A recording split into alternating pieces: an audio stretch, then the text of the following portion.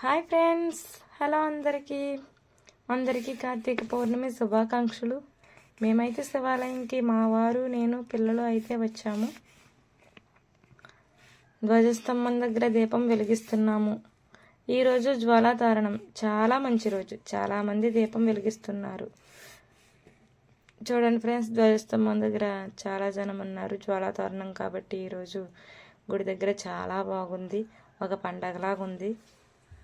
మరి మేమైతే ఈ విధంగా దర్శనం చేసుకున్నాం ధ్వజస్తంభం దగ్గర.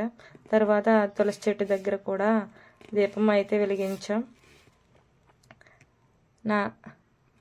తర్వాత నాగదేవత దగ్గర కూడా దీపం వెలిగించాం. శివుని దర్శనం అయితే చేసుకున్నాం. ఇక్కడ జ్వాలాతోరణం కాబట్టి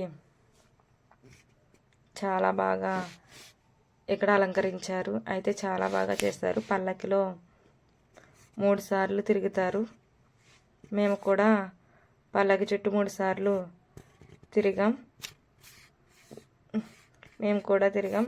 గడ్డి అయితే వెలిగిస్తారు. అంతా అయిన తర్వాత ఈ గడ్డి ఇంటికి తీసుకెళ్తే మంచి జరుగుతుందని నమ్మకం. నేను కూడా గడ్డి తీసుకున్నాను. నాకు చాలా ఆనందంగా ఉంది. Okay, bye bye, thank you.